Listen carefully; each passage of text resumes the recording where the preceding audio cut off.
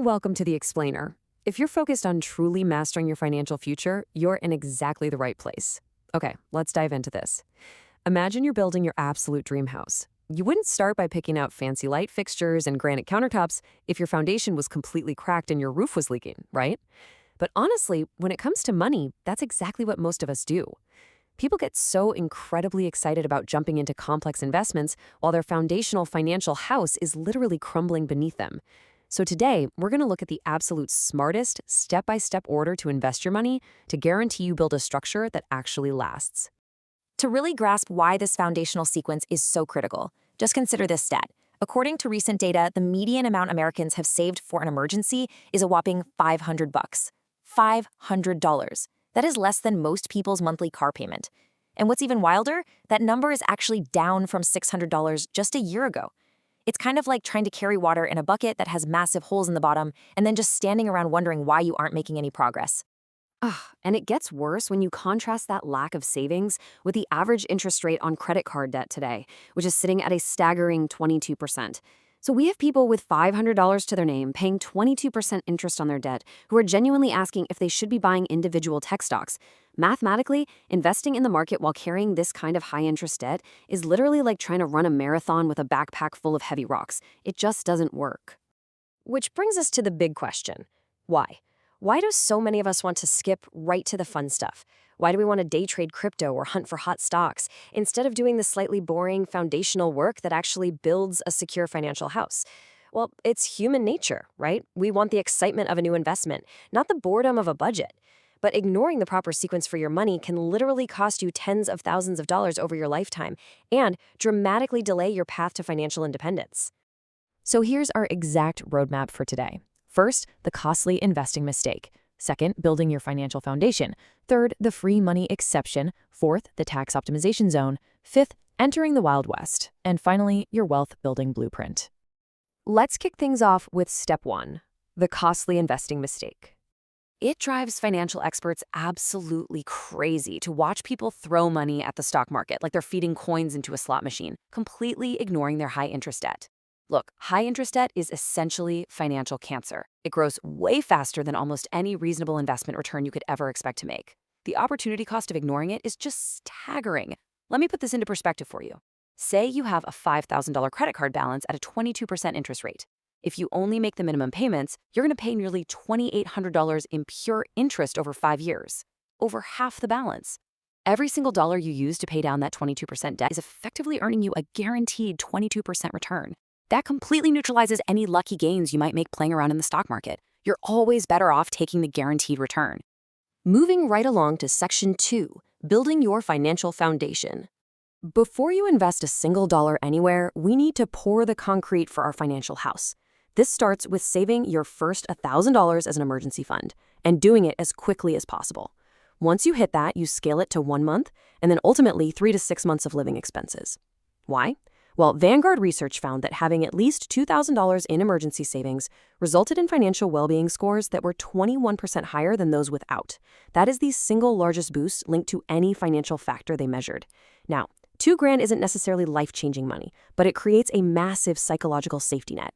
It prevents you from panicking and selling off your investments at the absolute worst possible time when life inevitably throws you a curveball. Okay, once that concrete is poured, you've got to eliminate the high-interest debt.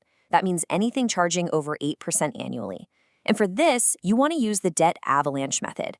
Now, you've probably heard of the popular debt snowball method, where you pay off the smallest balances first, and hey, that offers great psychological motivation. But the avalanche method is the absolute most mathematically efficient way to guarantee a high return on your money. You list all your debts, pay the minimums on everything, and absolutely attack the one with the highest interest rate first. Which brings us to section 3, the free money exception. Now, we're ready to frame the house, but we've got a bit of a dramatic plot twist. There is one, and literally only one, major exception to the rule of paying off all your high-interest debt before you start investing. If your employer offers matching contributions to your retirement plan, you need to contribute just enough to get that full match. Yes, even if you are carrying credit card debt. Now, what's really interesting about this is why. An employer match is literally free money lying on the ground. It's a guaranteed 100% immediate return on your investment up to their limit. Even a brutal 22% credit card interest rate cannot mathematically beat a 100% guaranteed return.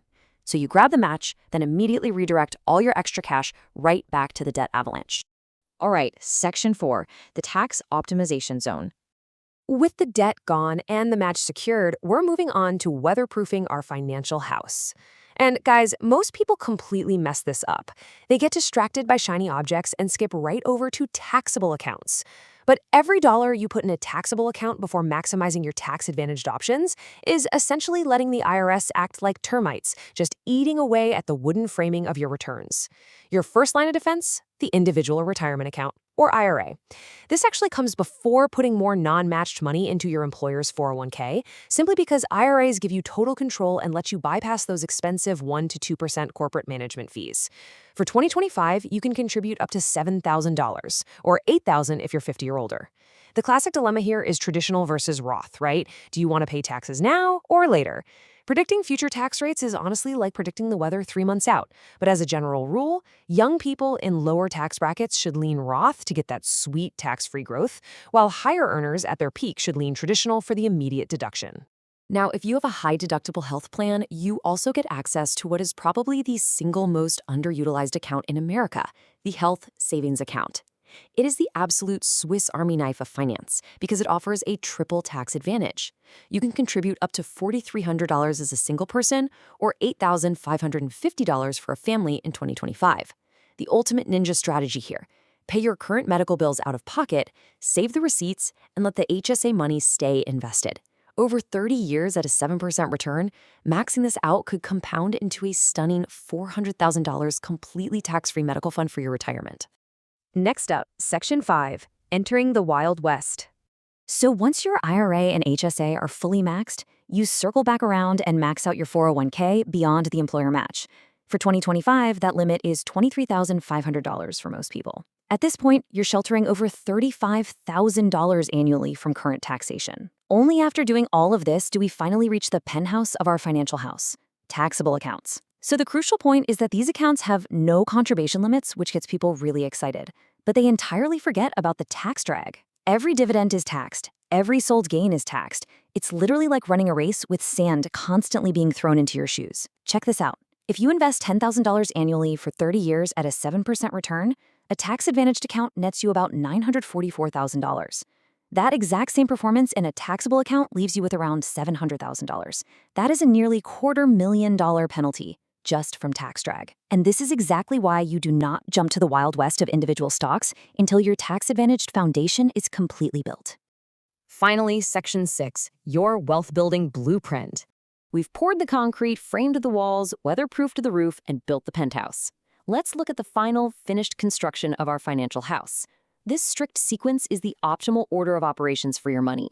Number 1, the emergency fund to prevent disaster. 2, snatch the employer match because, hey, it's free money. 3, crush the high-interest debt with the avalanche method. 4, optimize your taxes with an IRA and HSA. 5, max out that 401k. And finally, number 6, explore taxable accounts for total flexibility. The average American saves about 6% of their income, which barely gets them past step 2.